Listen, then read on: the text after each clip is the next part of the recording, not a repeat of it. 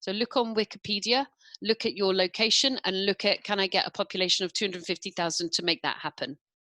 And number two, I want you to have a list of 100 estate agents. So again, if your area is smaller than that, I want you to expand out. And I want you to use upwork.com or Fiverr.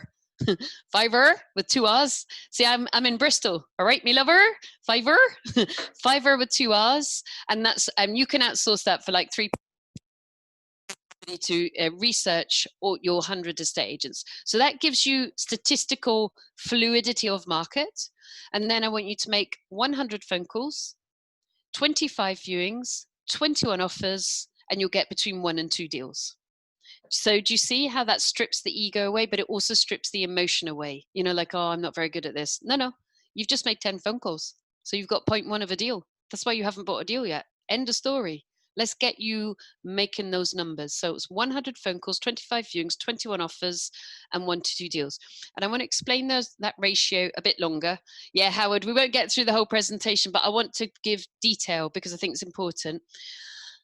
If you do not make offers on 85% of properties that you view, so you notice I tell you you're likely to find 25 possible deals and offer on 21 and get 1 or 2.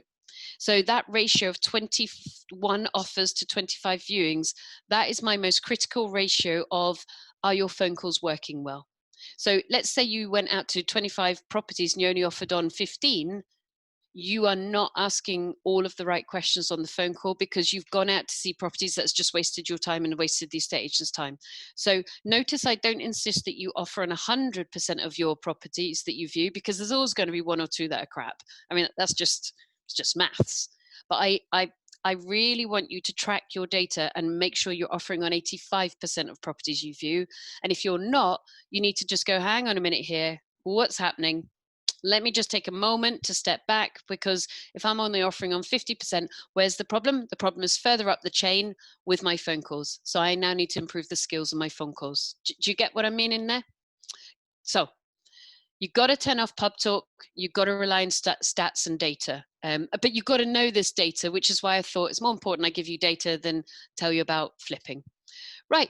Property journey, as people would call it, but it is a bit of a ladder, because you know, I mean, some of you guys will be sat there on good piles of money, and congratulations, well done. But the majority of the people in this meet are probably going, how do I make those good piles of money? Which is why I chose flipping for tonight, because this is how to make the piles of money.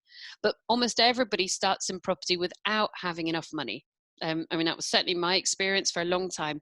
I've only recently become my own bank about 3.5-ish years ago. Yeah, so now I have properties unencumbered. I've got plenty of cash in the bank. That was never the situation. Let me, you know, you're grappling from month to month because you're always investing and always buying. So I started off by selling on package deals to other people. Why? Because you make cash really fast. I was tempted to tell you about that tonight, but I thought, let's talk about flipping, because, you know, if Howard wants me back, we can always talk about packaging deals another time, or you can ask me questions about it. I then was like, okay, this is great. I'm getting good money for the package deals, but actually there's an awful lot of value I'm giving to my investors, which I'm glad about. But at the same time, you know, I'd quite like to have more of that value myself, please. So then I did joint ventures, buying and selling, but funded by the investor, because obviously I still didn't have enough cash, and I'd split the profit 50-50, which is why I thought we'll talk about flipping tonight. And then I flipped myself, so I no longer needed the JV partners in a nice way. And then all of the money, I lived on very little. So my shoes collection got smaller. It's now gotten bigger again. Everyone else color coordinated their wardrobe in the first week of lockdown. I did. Yes. And I have a lot of dresses. No, I'm not boasting. I'm just saying I quite like clothes and I have a weakness. So yeah, men, close your ears. There was like 60 dresses to color coordinate. Okay. So I had a good session on color coordinate. Stan, don't you be negging your head at me just because you have a partner. At least if she's got less than 60 dresses, life is good. I'm not letting her hear that, Susanna. She's not coming anywhere near this. I'm going to wait till she's back on one of our Zoom calls and I'm going to tell her. No, block her ears. So for a long time, I lived on very little and I just reinvested all the cash. And I was definitely the biggest buyer of my source deals. And then I sold the other ones on, which allowed me to reinvest more cash.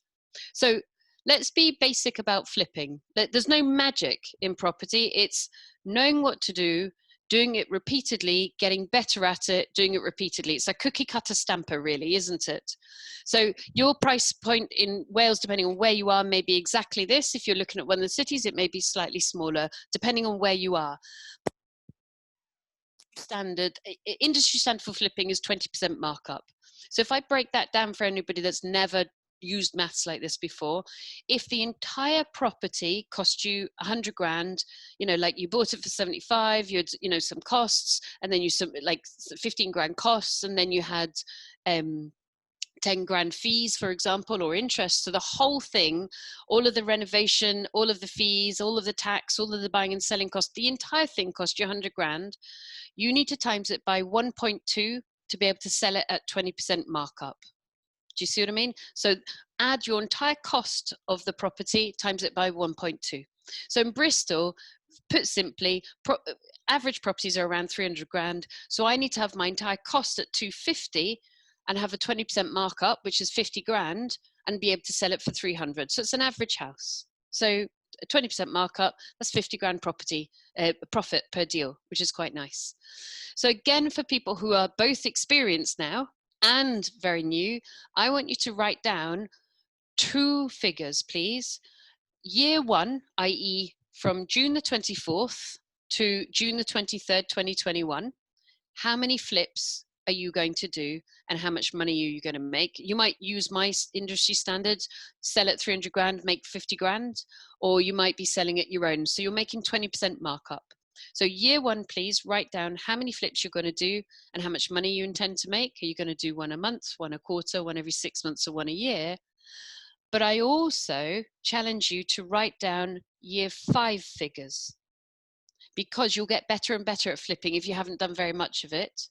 And you may actually say, look, I'm going to grow my flipping strategy. So I might start with, 1 a year or 2 a year or 3 a year. And then I might start like doubling them up and tripling them up and scale up. At one point, I had 30 flips on the go at the same time. I'm not going to pretend it was easy. It was a little bit mental. That's the official professional world for it. But it was extremely helpful finance-wise, because I was able to bring a lot of cash into my business and then put the money into properties. So just take a moment. Year 1, how many are you going to do and how much cash are you going to make? And year 5, how many are you going to do, and how much cash are you going to make?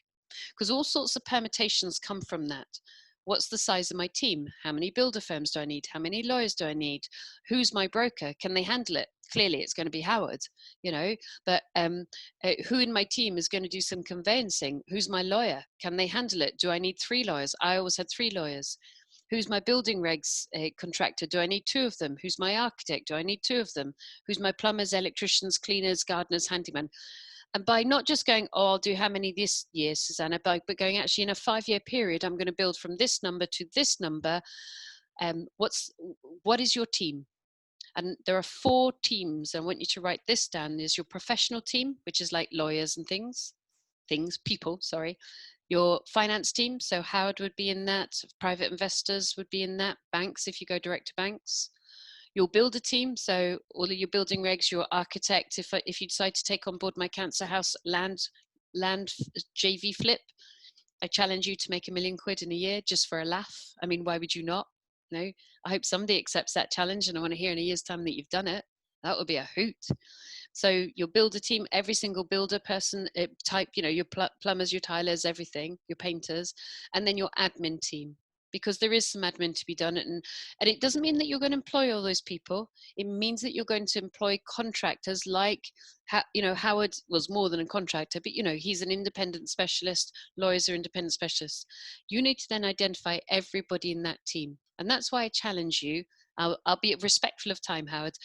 That's why I challenge you to not just write down, oh, I'll do this many this year, but how many are you going to do this year? How many are you going to do in 5 years' time?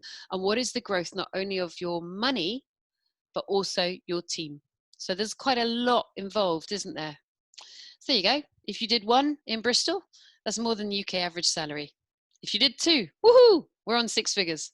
If you did 3, and that was, I now do 183 days work because I really enjoy what I do, and I do 182 days travel. Although I've traveled to my kitchen table so far. I've missed 4 holidays so far in the last 13 weeks of lockdown, but that was last year in Laos. where I did 6.5 weeks of travel. And I made more money on my property portfolio buggering off than I did. I made 5 grand in December, more than normal, because I wasn't interfering and asking my team to refurb more things. Or if you decided to really nail it, how about that? 600 grand if you did one a month. Now I did 30 at the same time, guys. It was a bit mental.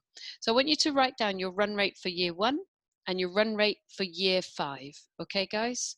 Because the implications on team, on cash flow, so it's time, money, skills, and your own skills and the team around your skills are quite important to note.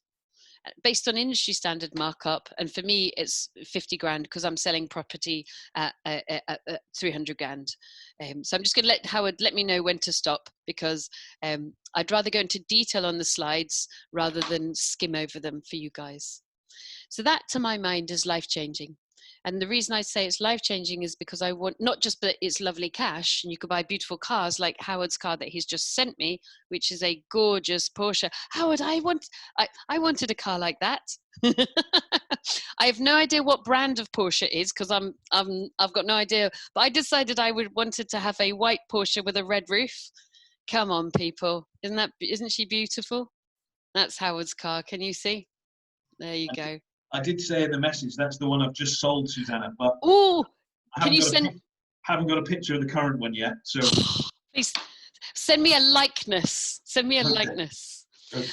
Because all of this extra profit, you know what I want you to do? I want you to still live on baked beans and toast. I'm sorry. Delayed gratification is going to allow you to lift your life. Like, I'm 49 this year and a half.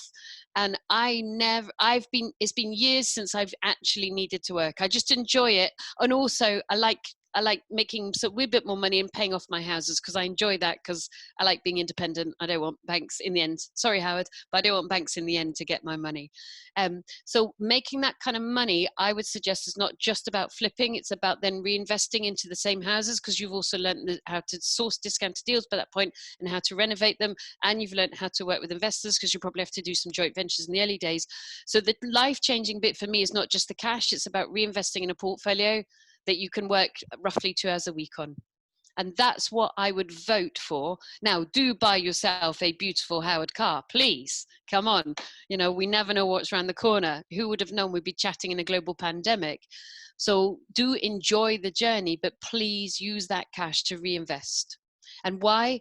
Look at, I've been flipping. I flipped right the way through the last recession. I made very good money, and there's a different way of doing it. And that'd be one of the questions for the chat.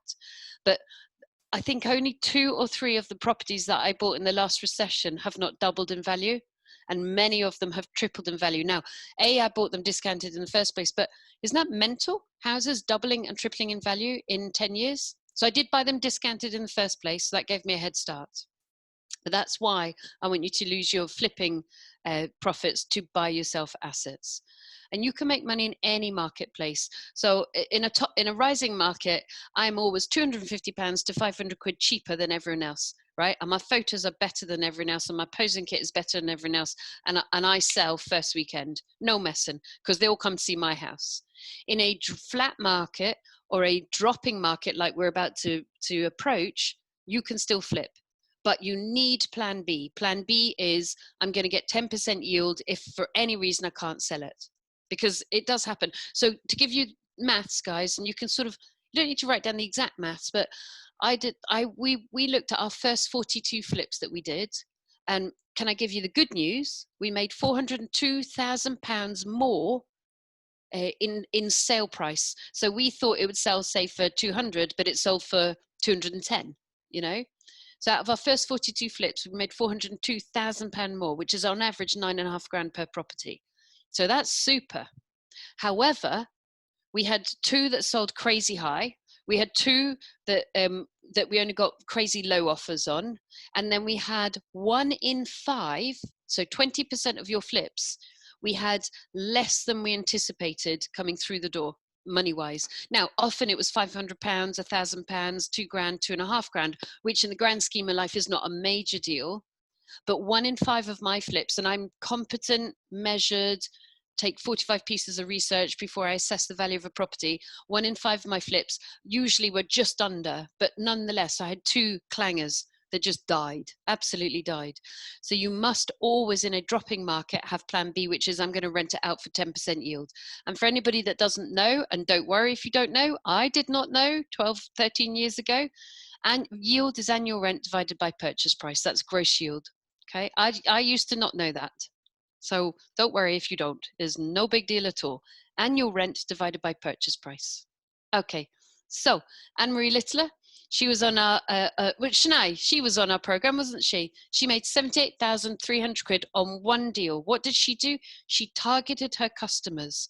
Because when you're flipping, you need to target your exact customers to make sure that you have the product that they want and your product is better than everybody else's. So you're probably in a dropping market, you're probably going to get people who are downsizing.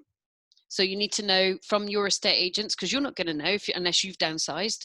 You need to know exactly what they want. And the answer is going to be good quality kitchens, nice bathrooms, easy to manage gardens, and lots of storage. But understand your local area on top of that. You're going to have first-time buyers because people will still buy. And understand where their money is coming from. And it's often from the bank of mum and dad or the bank of grandparents. And so often they'll leapfrog over the traditional one-bed flat and they'll go into a 2-bed or a 3-bed house immediately. So again, ask your estate agents. And then you're going to have families that need to grow up because they got more kids. Although people are now putting in loft extensions. So again, ask your estate agents in your local area what the marketplace is like. So she knew her buyers specifically. And just to go back to a moment, in a dropping marketplace, so in a rising marketplace, I'm 250, 500 quid cheaper than everybody else. And my images, look, this is, if you can you see my cursor? That's George. That they cost £1 each. Can you see my cursor move? That's like IKEA, it's like 4 quid. These are Tesco, there's 4 for 99 quid, those lovely blue chairs, so they're super cheap. That's IKEA for anybody that recognizes that bamboo table. And those 2 mirrors are 15 quid each from IKEA, right? This is rising market stuff. But if it's a dropping market, my posing kit is going to be double or triple the value. They're not getting it. And do you notice the washing machine? That washing machine, unless it's in a high level social economic area, is going to be bounced straight back out of that property. I'm not giving them a 300 quid washing machine. It gets bounced into 5 flips before it goes into an HMO. You see?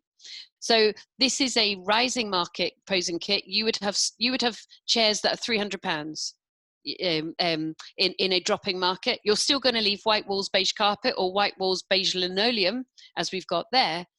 But your posing kit is going to be more expensive because it needs to suggest a greater value. Jethro East, for anyone in London, he did 2 buy-to-sell projects. He was a complete beginner in property. He made 140 grand. And how about just starting a nice little tiddler? I bought this pre-auction.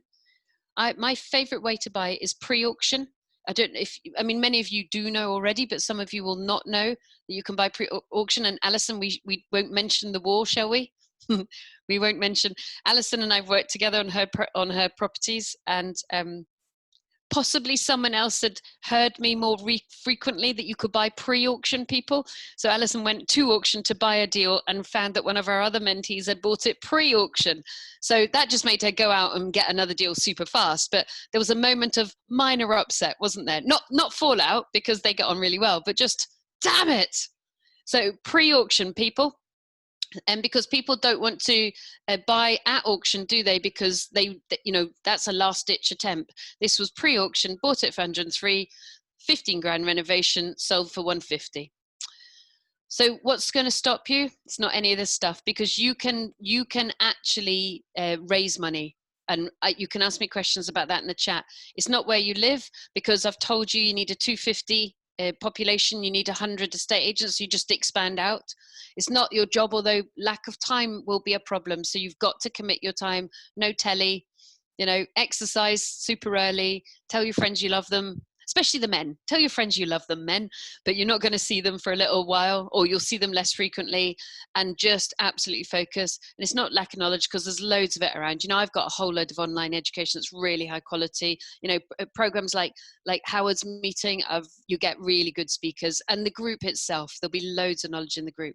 It's just this brain trying to protect you.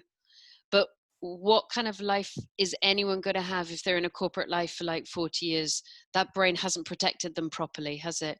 So just be mindful of this brain giving yourself an excuse. So change that mindset and be aware of when that mindset is actually is actually sort of being naughty to yourself, if you see what I mean. So you've got to change it, and you've got to be aware of your mindset and move to, I am making this happen. I am going to make this happen. Where there's a problem, where there's a closed door, I'm going to turn around and go, what is my solution? And if I don't know what the solution is, and that will come to you frequently, because it definitely came to me frequently, go find somebody who does know the solution. Getting paid is really nice. Yeah. And so that first paycheck, when the money lands in your bank, what will happen, I hope, is the money will land in your bank about Friday lunchtime, and you'll be desperate for it to land in your bank, because it is bouncing straight back out Friday afternoon to go buy another house for you to keep or for you to flip again. Okay. I don't want that money sat in your bank account. I want it in and out. Go get yourself another deal. And this is where I want you to be, owning houses that are passive income, or as passive as income can be. Because there's always a little bit that you're responsible fundamentally. You've got to make sure your portfolio is well managed. But I don't meet any of my tenants. I don't know any of my tenants. I literally have houses I haven't been in for years, but I've got a very good quality team, and I stay very much on top of it. Getting that rental income, I get paid on the first, no matter what I do. And these days I'm turning left instead of turning right. Or like Howard, beautiful cars. Although Howard, when I get the Tesla Roadster, as long as he doesn't go bust, I will come to Wales and I will pick you up, and we will drive quite fast. So it's living the life that you really want to happen. I just want to highlight a couple more examples for you guys, because I want to get rid of the notion that flipping always means getting dirty and, doing lots of renovation and having to take out, knackered old houses and make them great. How about this one? Chris Jones, friend of mine for years, did no building work. Howard, you know Chris. It was a joint venture, so she didn't even buy it herself. It was basically a set of flats, and she spotted a planning opportunity beside it, and she did some nifty planning work. And then guess what? She sold it with planning permission to build a block of flats alongside this other block of flats. She made 100 grand without mortgages, loans, or debt, because her JV partner bought the original block. And her JV partner also made 100 grand, but he did no work. So you don't need to just think about flipping as, oh, I've got to go in and I've got to do up a knackered old house. Here's a classic one, bought for 118, renovation 12, sold for 165. Pretty nice, isn't it? And then I want to highlight this one as well. I don't know what this blue is. It's gone on my screen. Oh, well, I'll find out tomorrow. I want to, if you can see my cursor, I want to highlight this. But this is because we were very good at deal sourcing. This was both bought post-auction. So when you buy at auction, you buy pre, during, and post. I like pre and post first, because you don't have to pay for a lawyer's legal pack until you've agreed the deal. This guy, it was a block of 4 flats, basically a house with a side return, turned into studio and 1-bed flats. He was a developer. He'd already put all his money into the next project. You may or may not know that when somebody develops up property, you might assume, if you've never done it yourself and you've done a block of 4 flats, that when you sell the first one, you get like some of the profit and the bank gets some of the profit. Not normally.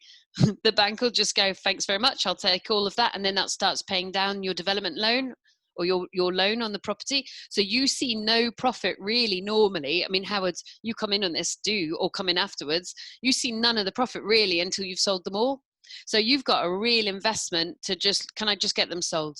Because if it takes you can sell 3 immediately, and then it takes 6 months to sell the last one, you've seen no cash for ages. So you want them sold in a oneer. So for you as a sourcing person, you want to be buying blocks of 4, 6, 8 flats. And there's 2 ways you can do it. You can either package them onto other people individually. So each of your investors buys 1 single flat, and your lawyer does the title split, and your lawyer becomes their lawyer. Or if you later on, you can JV and do it with 1. But I want you to highlight this. This was all the skill was in the buying, and it didn't sell at auction twice. So when it didn't sell the first time, that was purely because there wasn't a buyer. There was nothing wrong with it at all. When it didn't sell the second time, everyone went, oh, will you hark at that? Oh, there's something wrong with it. Everyone started gossiping, pub talk. There was nothing wrong with it at all. That Rick's valuation was a Handelsbanken valuation almost immediately after purchase, 140 grand. So guys, keep that mind organized. Listen to statistics and data. I don't listen to, well, everyone loves a gossip. I do listen to gossip and I go, woo! And then I go, no, I'm going to do my own research. That's because I did proper research on the legal pack and just went, there's nothing wrong with this at all. 140 grand with no renovation at all, revalued straight away. Oh, well, there you go. So not too bad, guys. I know that I got some, oh, good, we got some questions. So what would you like to do, Howard? Do we do questions straight away, or I'll do whatever you prefer? Yes, it was a nice image of Angkor Wat, Grant. I loved being there.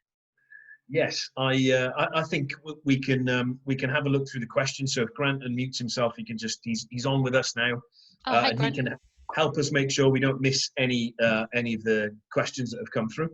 Okay, and so we can. I'll make sure I keep an eye out then in that case. Great. Super. Okay. So Super. let's see what we get in terms of, there was a couple of questions further up in the chat there, Grant. There was one that came through from Andy. So I'll just read this out. And he says, Andy Law, shout out to Andy. He says, hey, Susanna, how do you offer a pre-auction if most times the legal packs are not ready? Often they come around the day before the auction. So how do you get around that? Often they do. So the bit I love about offering pre is when you go to auction, I would protect you always by insisting, and it's annoying, and I'm sorry, that you pay your lawyer to do 4 legal packs minimum, knowing you're on average you're only ever going to get one house. So you've spent three lots of legals for nothing, which is annoying, but it keeps you protected. The beauty is you agree the subject to the legal pack. Now, what you then want to do is you want to get that legal pack through as fast as possible, because the whole time that you have not exchanged on that property, someone else can come in and beat you. And they can also offer pre. So I want you to offer with proof of funds, either your proof of funds or your investor's proof of funds, if it's your investor. I want you to offer with your lawyer's details, so you look very professional. So you're coming across a little bit more than, oh, I think I'll just offer pre, wheeler dealer. You're offering professionally. And then I want you to go crazy to try and get as much of that legal pack as possible downloaded and work with the auction house. So the answer is you offer subject to legal pack, but you try but you will try and get as much detail done. And then when there are bits missing in the legal pack, which inevitably in auctions there are, you'll make sure you don't spoil the indemnity by phoning up the council and asking any questions. I did that in my early ones. So always ask your lawyer before you decide to phone up the council, because that can null and void an indemnity policy. What your lawyer will almost certainly do is get you to take out some indemnity policies, which will be cost between 150 and 195, often 250 pounds maximum, just to kind of ensure any missing parts of the legal pack. I've only twice ever had, sorry. So no, I was just going to say that is a great point, but I thought it might be good to kind of illustrate that point. It's a really good point, but it might be harder for our newbies to understand. So yes. Let's say, for example, you're going ahead, you're going to buy a property, and let's say, Susanna was mentioning blocks of flats earlier. You've got one freehold block of 4, and you haven't got planning, you can't obtain a certificate of lawfulness. So under those circumstances, your lawyer would get you an indemnity policy. So it would ensure you and protect the lender if the council came back and said these shouldn't be 4 flats, you should put it back as 1 house, just as an example. So you buy an indemnity for that. But if you contact the council to ask them for the certificate of lawfulness, you have now removed the ability to go and buy the indemnity policy, because you've done research, which means the insurance policy is not there as a backup protection. So and I've done that. You can catch yourself out. Yeah, we've all done it. I think a few of us have learned that the hard way. Yes. Yeah, so that was a really good point. The other thing that I would say as well is that, back a couple of years ago now, I did 2 deals post-auction. So, yes. And they're 2 of probably the better deals I've done in the last sort of 4 years on these properties. The one property, all that was missing was a mining report. It was in Wales. There was no mining report with a legal pack. Nobody else wanted to bid on the property. There were no bids, 0 bids. I phoned up the day after the auction. I took a gamble on the fact that the mining report would come back fine, came back absolutely fine. I bought that property for 10 grand less than its guide price. It was only 50 grand in the first place. That's turned into a 5-bed HMO with a value of about 160. So, that was a great little deal. And also, The other one that I bought was I bought an old pub. It had planning permission for 5 flats. So they'd gone through the planning process. But in that planning process, you couldn't build out compliant with building regs the way that they designed these flats. So the planning that was passed wasn't practical, feasible, or achievable. So it wasn't worth the paper it's written on. So it fell out the other side of the auction for exactly that reason. I took a stab on it. I bid on it. So post-auction went through, bought the property. I then went back, got new drawings, and we've actually got 6 flats at the same building. So we enhanced the value as well as sort of solving the problem and having something that works. So sometimes if you know how to solve the problem, you can buy post-auction and get some really good deals as well. Have we got any other questions? That's Joe, our handyman, who does an amazing job in the property. He's also come to water my garden as well, which is very kind of him. You've met Joe before, haven't you, Howard? I'm Alison, pretty sure you know. I have. Yeah. Hi, Joe. Sorry. You've been working on Emily and James's today, haven't you? No, yesterday. Oh, yesterday. Till like midnight There you go. or something. You need somebody like that who was working on Emily and James's property till midnight. Yes. And what time is it? 8 o'clock. He's come in to water the garden. Yes. Although he does tell me not to kill the snails. You know, Yes. He proposed. What's next? Next question. Great. So a couple of things in here. So hi to Chloe again. Good to see Chloe. Said fantastic presentation, Susanna. Your passion is infectious. And then we've got Jay Cooks here. I'm not sure who that is myself. So hello to you. Welcome to us. So he said, I live close to 2 large council estates. Can you go through the flip process for these, please? All right. Here we go. So I need a bar of chocolate when you make £1 million, okay? That is our deal for sharing this this strategy. So council houses, I mean, it doesn't need to be council houses, but council houses are great because they're generally very generous with space. You are looking for a council house or a house with a large side garden, because normally, not always, but almost always, the council will allow either a semi-detached house to be put on the side. So if you've got 2 houses, they're semi-detached. Here we go. If you've got 2 houses, they're semi-detached. Am I going to do this without dropping? Then suddenly you're going to be building a 3rd house so that your semi-detached becomes a terraced. It'll drop about 10 grand in value, but they'll make good money. And then it becomes a larger terrace of 3. Or alternatively, you've got 2 houses semi-detached and you are allowed to put a completely detached house in the garden, just depending on street scene and size. But very often you're allowed to put a detached house in the garden. That's a much better strategy because you're not butting it up against someone else's house. Yeah. You get yourself a job. Ours was logic, as always. I had an architect intern in to do summer work. He got paid, but he was interning for the summer. And I asked him to look through 100 planning applications near some of my HMOs. And I asked him to identify the failed applications and the successful applications. The reason is architects screw things up. It's not the council. Normally, it's the architect not understanding the council's requirements. And once you've read 100 planning applications, you can read immediately, oh, this guy's about to screw this up for the client, because you just know what fails and what succeeds. So he identified the best architect who understood the council's requirements. So obviously we employed him. So that's your architect recruitment, because architects are the most troublesome, apart from we've shared a builder who's terrible, Howard, haven't we? Apart from that, architects are the most frustrating, and I mean this with kindness if there's an architect on the call, the most frustrating professional I've worked with in property, purely because some of them aren't grounded on the ground. You know, they're kind of lofty and imaginative, and that's a brilliant quality, but I need day-to-day jobbing people, you know, who know how to work at 8 o'clock at night. And then what you do is you talk to the house owner and you say, look, you know, you may not want this whole garden to look after, it's huge, and you may or may not, depending on your circumstances, have given yourself enough money for your retirement. So I will take a lease option, so you can't sell this plot of land from me. if you like. You own it. I never need to put any money into buying this plot of land, but I'll take a lease option so that I can invest money and expertise in getting planning permission to put a planning permission on this land. Because obviously, as soon as you put planning permission, a plot of garden that's worth like £2,000 is suddenly worth 75 grand. Do you see? So if you don't have a lease option, they're just going to go, thanks very much.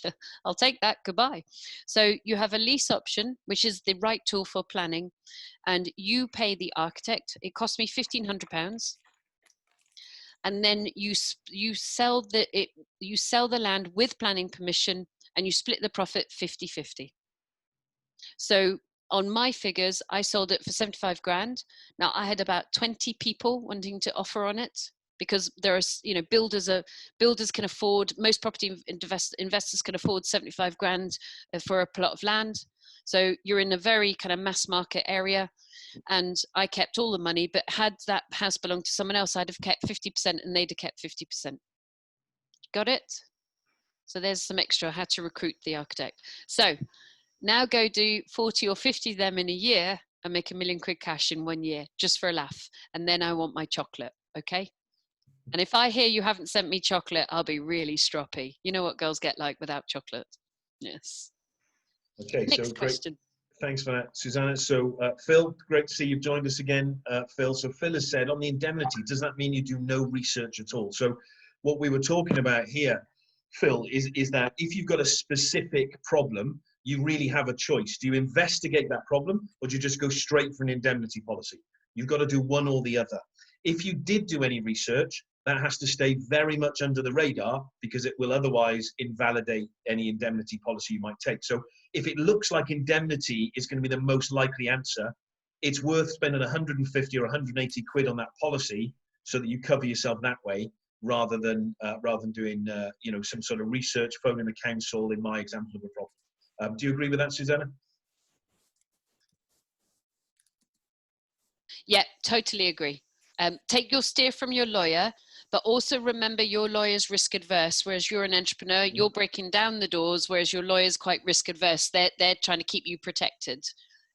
So listen to them on legal matters and not screwing up indemnity policies, because it sounds like I've definitely done that. You might have done that too, Howard. But at the same time, if they can't supply an indemnity policy, then ferret around. I once, on a non-standard construction, I once paid £850 plus VAT for a new certificate, and then the day later the blinking council found the certificate. They'd taken 2 months to not find it, and then I spent £1,000 including the VAT. But you just got to shrug your shoulders. It's all part of the joy of property. Absolutely. And one thing I would say, and I'm sure you agree with this, I actually agree with you 100% when you say your lawyer will take a zero risk position if you allow them to, and so will any accountant. So the question you want to ask them is, how do I solve this problem? Not here's a problem, what do I do about it? You've got to bring them around to your way of thinking, and talk to them about solutions, because they will dwell on a problem and stop if you don't. Even a good solicitor might. Because they're trained to do that, because they're there to save you from screwing up, not to make you money. So there's nothing totally. And then the other trick I do with lawyers is tell me in words of one syllable what you need, because again they'll be like, well, I've written a letter, and I'm like, well, hark at that, pick the bloody phone up and get on with it. But obviously you have to be very polite to people. So I'll often be the go in between person, and I'll literally go, treat me like I'm stupid, tell me in words of one syllable what you need, then I'll repeat back, what is it you need? Just make sure I've understood it. And then I'll be chasing the estate agent. I won't normally chase the other lawyer because that's their job, they get really stroppy, but I'll chase the estate agent like mad to get what it is they need. Yes. Brilliant. Charlotte's got a question. We're going all very fancy in Zoom. Well done, Charlotte. You've definitely been on those Zoom calls. It wasn't so much the question, it was just a tack on to the indemnity conversation that you were both just having. Some of you know, in my former job before I joined Harvey Bowes, I was a commercial property solicitor. I've actually had a client doing research on an indemnity policy save the development. Wow. So it was a large care home in Wales. and the recent transfer from 2000 hadn't granted rights of way to the land.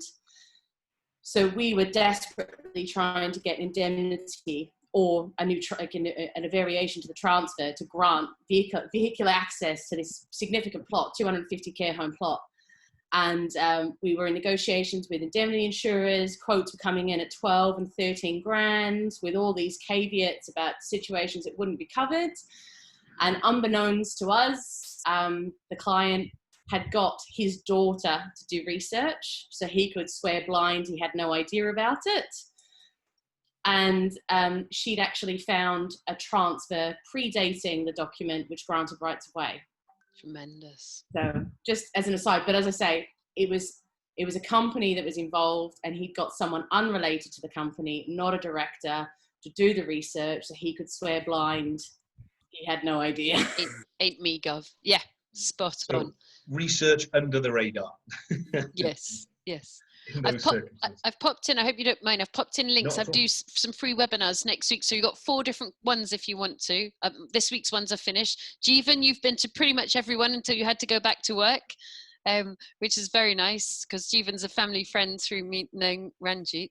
So any more questions for you guys on deal packaging, raising finance, joint ventures, or just your own situation? Oh, there was one about, I'm buying this property, here we go. Buthina, total cost of a project 380, GDV 500. Would you keep or would you sell? I would. Oh, it's a really hard one when you've got a good property. Do you keep it or do you sell it? So total cost 380, GDV 550. Ooh, delicious. So I think it depends on a couple of things, doesn't it, Susanna? So firstly, it depends on what return you're going to get, rental income wise. Yeah. And then the other thing is, what is your cash position? So, for me personally at the moment, I want to grow those cash banks again. So yep. I would be looking to flip that because I could utilize and re-employ that money elsewhere.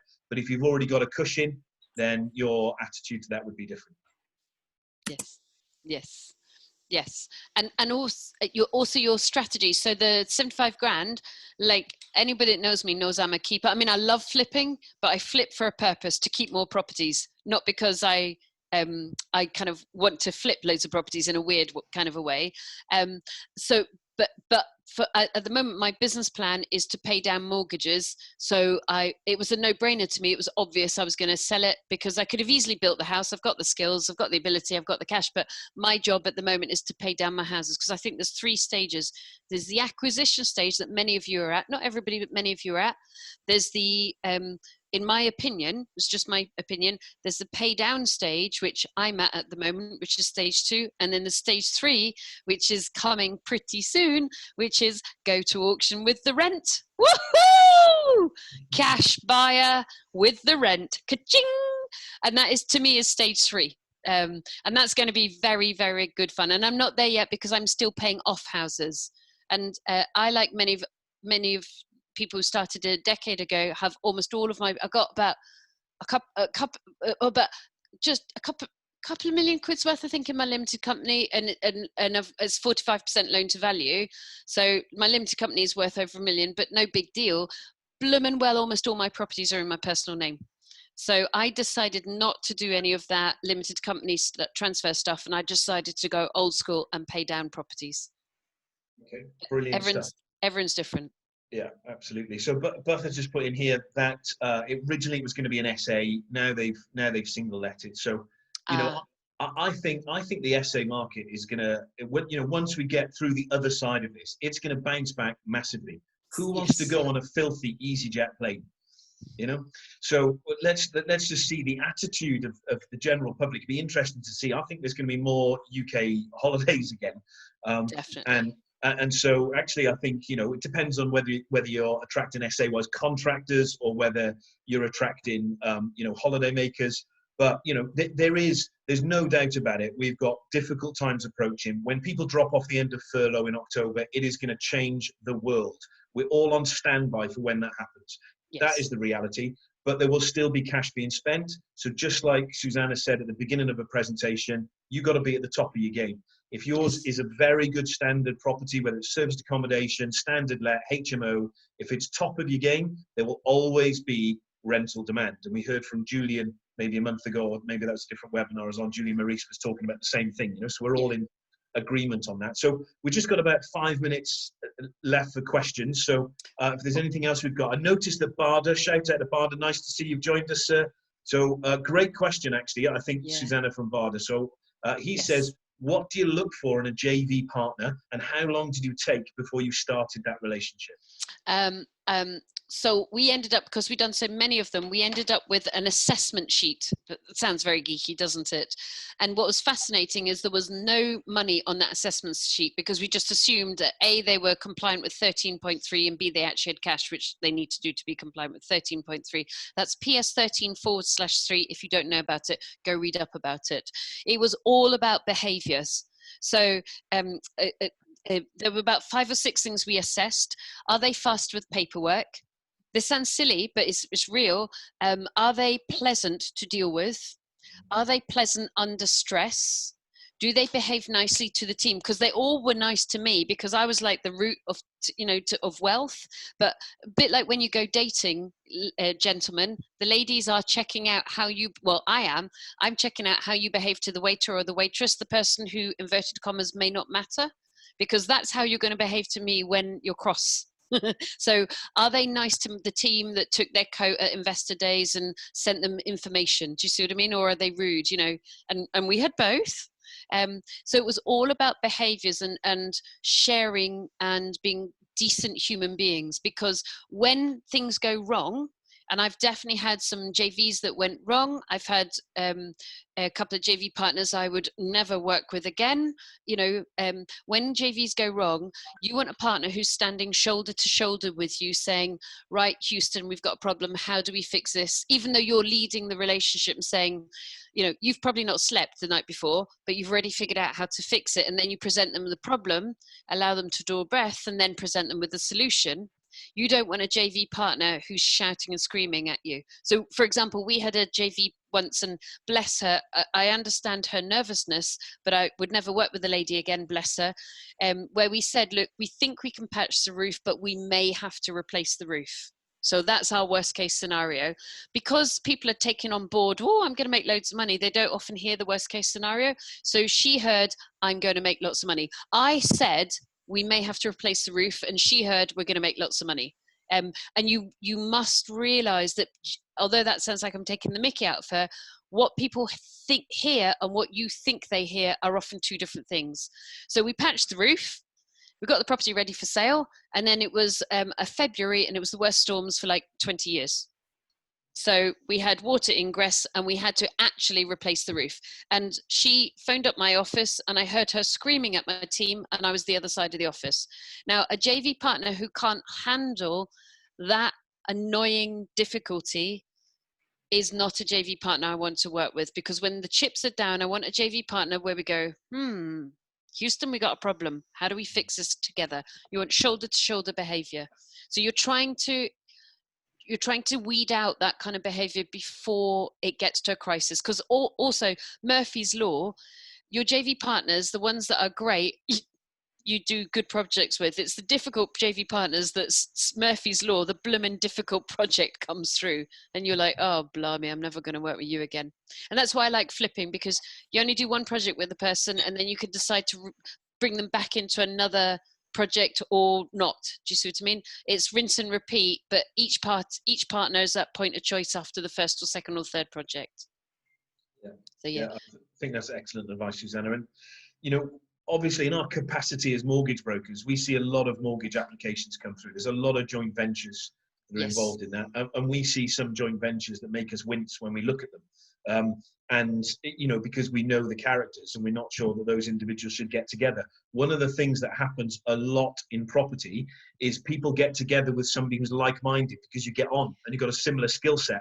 Well, that's not the person to JV with necessarily. So what you want is to try and, is to work out how that JV is coming about. Is it the fact that they've got a large pot of gold, and then that makes sense because you're the investor with less cash but lots of experience? Or is it a case of, they've got a skill set? So for example, I'm very good at negotiating the front end of a deal. I can find a deal, I can see a deal, but I'm not great with the research and dotting the I's and crossing the T's. So if I JV with an analytical person, they bring something to the party that helps me as well. So I can find the deal, they can assess, the finite elements of a deal. So when you're looking for a JV partner, it's looking for people that complement your skill set as well as people you can get on with. Yeah, 'cause you're a total deal maker, aren't you, Howard? Yeah. So you need in wealth dynamics, you would need somebody like a lord, wouldn't you? Yes. Or an accumulator. And then Howard would be like, boring. And the other person would be like, listen, mate, your energy's amazing, but let me just shut the door and then we're going to do an amazing job together. Yeah. That's why I've got a great team like Grant and Charlotte behind me in Harvey Vose, you see. Smooth. Because that's what they do. They put it all together. So Yeah. Andy's put, so we got a couple of questions here. So John says, do you think commercial conversions to resi will take off with many businesses likely to fold? It's very interesting. Yes, I do. Yes, Yeah. a simple question is, there's a number of different things you can do. Well, Alison, you looked at commercial to resi, didn't you? So a simple things is, obviously the flats above, you can split into flats. You then look at, can you go up into the loft development and either do another set of flats or do a maisonette?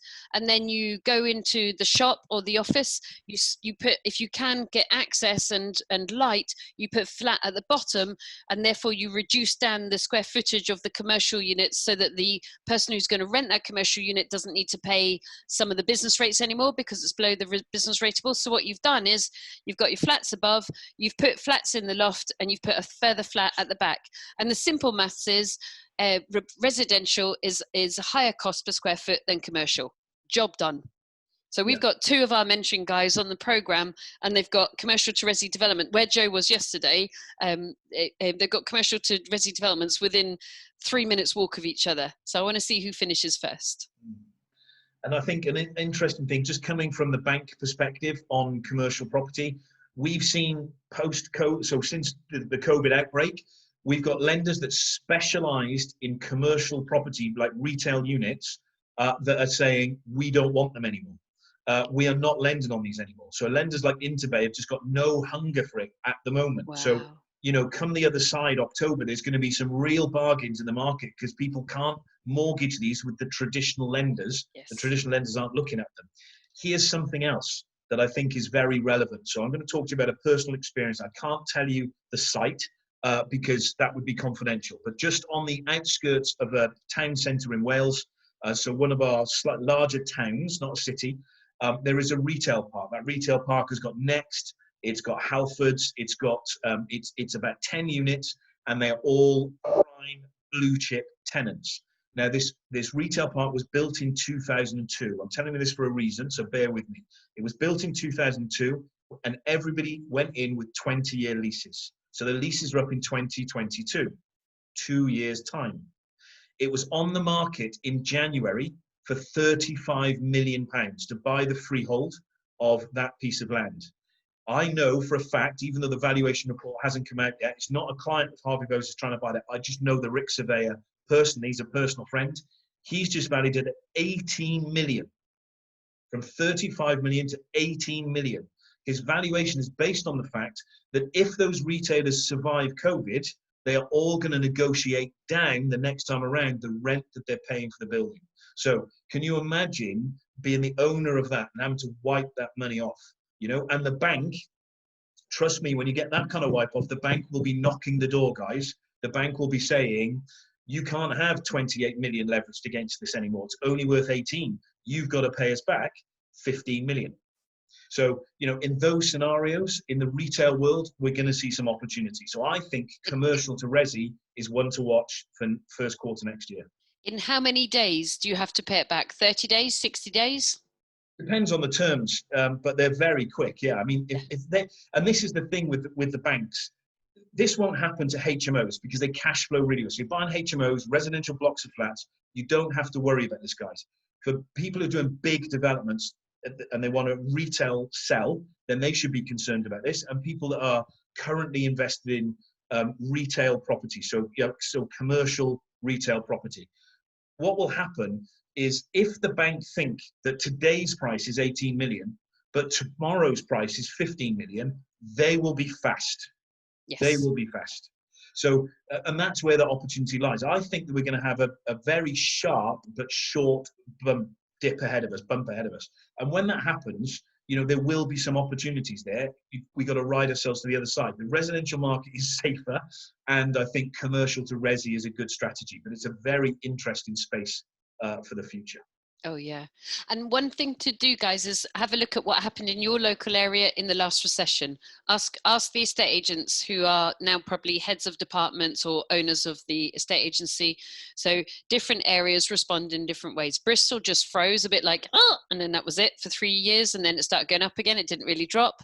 Whereas Stoke-on-Trent dropped, and they've only just come back to the same prices a decade later. Now, I'm not saying that it's guaranteed to happen again, but it's highly likely that the last impact, you know, the behavior of the buyers are probably going to be similar, because it's going to be the same types of buyers and same social economics. Oh, guys, for anyone starting out, you are, I want to sound respectful of the fact that we're in a global pandemic. That is pretty awful for some people. But if we just looked at this from an economic point of view, those of you that are starting out now, you are in the best buying cycle for a last decade. The next 3 years, you will make your fortune. Simple as that. So you've got to have the chutzpah to be able to ignore the pub talk, focus steadily, manage your cash flow, keep the cash coming in, flipping, deal packaging while you're buying assets. The next 3 years, you'll make your fortune. Great. Thank you very much for that, Susanna. We have really come to the end now, guys. So there's not much happening in the chat there. So just one thing from Andy. Says, love the concept of flipping land for ex-council. Really, yeah, walk around or doing Google Earth to find those corner plots. Really, that's where you find the larger plots and the beautiful bits of land on those old council estates. 1950s, 1960s council estates are great for it. 1970s they started packing them in a bit more. But you know, certainly great opportunities there as well. So I'm just going to share the last couple of slides with you guys, and then, if you don't mind, we'll bring the meeting to a close. So just really to say that our next meeting is going to be 3 weeks from now. So it's going to be the 15th of July, because that gets us back into the regular routine. We've been doing them fortnightly recently, and because of having five Wednesdays in a month, it's knocked us off sync. So we're going to have the next on the 15th of July. In between that, Grant and I will be doing a Facebook Live. So look out for that. The date will come. In between, there will be a Facebook Live. And I'm going to be talking about the valuations that we're seeing right now, post-COVID, on our remortgages as well as our purchases. So what is really happening? I've got live data for you guys. We're gathering it all in from everything that's been happening in England for the last couple of weeks. Now, Monday, Wales opened. By 15th of July, we're going to have some great data on exactly what's been happening valuation-wise on refinance and purchase. We're going to be sharing that data with you. Just brings me to say thank you very much for listening to Susanna and a little bit of me this evening. I really believe you would have found it useful. Please take time to connect with Susanna. Fountain of Knowledge, some great courses online that you can visit there. So do that. Invest in your knowledge. Make sure that you're setting yourself up right for these next couple of years where the opportunities are going to be fantastic. And, you know, if you want to have a Zoom coffee with me, then get in touch. The best way to do that is to email howard@harveybowes.com, text or WhatsApp me on my mobile, or speak to Charlotte or Grant or one of the others of the team in the office. And let's have a chinwag. You know, don't be shy about getting in touch with me. 20-minute Zoom. You'd be amazed at what subjects we can cover in that time. And I really hope that I can give you some value and some pointers in your future. So that just brings me to say thank you very much for listening to us this evening. I really hope you found it useful. I've enjoyed delivering this. I've loved listening to Susanna again. Fantastic presentation, very motivational. That passion is really infectious, as Chloe said. So thank you very much, guys. I'm going to leave it now and carry on with my little glass of wine here that I've been enjoying quietly in the background. I look forward to seeing you all soon. Thank you very much. Did you guys just see I popped the webinar links for next week in the chat? So if you want to just grab them, I got 4 different kinds. Just to, if you'll need to register on, they're all free. Yeah, I did see somebody having a glass of wine outside. That's you. I can't pronounce your name. You'll just giggle at me. Busno. How do you say your name? Buthena. Buthena. See, all of you guys know. I don't. I was like, oh my God. Can I leave the presentation and go get a glass of wine? Yeah. Howard, it's been a total pleasure. I've just had terrible 24 hours, so I needed a glass of wine. Onwards and upwards. Onwards and upwards. Thank you very much. When they release you from Wales, let's sit in your car and chat more. We'll be really cool. Absolutely. Night, everybody. Bye Take now. care. Night. Bye-bye. Thank you. Bye.